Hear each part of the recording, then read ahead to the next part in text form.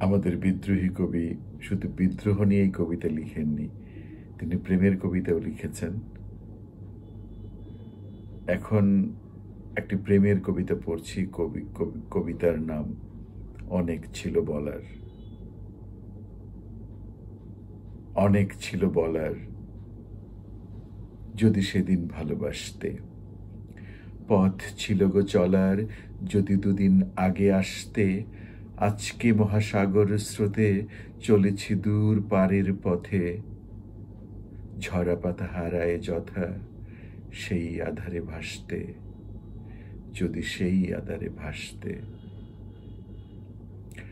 গহন রাতি ডাকে আমায়, এসে তুমি আজকে।